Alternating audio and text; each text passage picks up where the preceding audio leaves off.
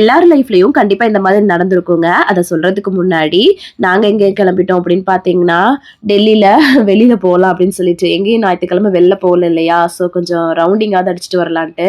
So இங்க பாருங்களேன், இது வந்து தமிழ் கோயில் அழகா டெக்கரேட் பண்ணியிருக்காங்க பாருங்க. எப்பவுமே வந்து பார்த்தீங்கன்னா, வெளியில போறோமோ இல்லையோ, பிள்ளைங்கள வந்து பைக்ல உட்கார வச்சுட்டு நாங்க 4 பேர் வந்து பார்த்தீங்கன்னா, அந்த ஏரியாவையே ஒரு 4, 5 ரவுண்ட் அடிப்போங்க.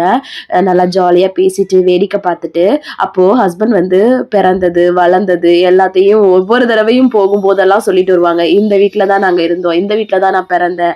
இங்க தான் நாங்க விளையாண்டோம் அப்படின்னு சொல்லிட்டு, அதே சேம் ஸ்டோரிய வந்து பார்த்தீங்கன்னா, சொல்லிட்டே வருவாங்க. நாங்களும் போட்டுட்டு, "ஏப்பா எத்தன தடவ தான் சொல்லுவீங்க?" அப்படின்னு சொல்லிட்டு சொல்லுவேன். அது ஒரு எமோஷன் தானே கண்டிப்பா எல்லாருக்குமே. நம்ம ஊருக்கு போனா நம்ம இருந்ததெல்லாம் நம்மளும் ஒரு ஆச்சரியமா சொல்லுவோம் இல்லையா? கண்டிப்பா. ஸோ அந்த மாரி தான் நடக்கும். ஸோ இந்த மாரி எக்ஸ்பீரியன்ஸ் நீங்களும் பண்ணியிருக்கீங்களா? அப்படின்னு மறக்காம கமெண்ட்ஸ்ல சொல்லுங்க. சூப்பரா ரவுண்ட போட்டுட்டு வந்தாச்சு. அதுவும் குளிர்காலம் வேறயா? பிள்ளைங்களுக்கும் நல்ல ஒரு ரெஃப்ரெஷிங்கா இருக்கும். நம்ம வெளியில போகாம வீட்டுக்குள்ளேயே இருக்கிறது அவங்களுக்கு இதுவா இருக்கும் இல்லையா? ஸோ லைட்டா ஒரு ரவுண்ட் போயிட்டு வந்தது ரொம்ப நல்லா இருந்ததுங்க. தேங்க்ஸ் ஃபார் வாட்சிங்.